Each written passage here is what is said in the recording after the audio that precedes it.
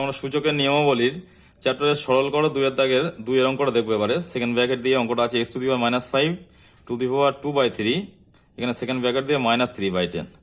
আমরা অঙ্কটা কিভাবে করছি দেখো, এখানে থিওরিতে একটা কথা বলেছিলাম, এই পাওয়ারের সাথে পাওয়ারটা গুণ হবে।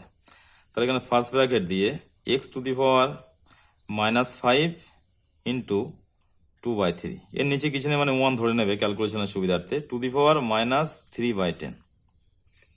এবার কি হবে, তাহলে x⁻, এখানে মাইনাস মানে সাইনটা থেকে যাচ্ছে, 5×10, নিচে 3×3।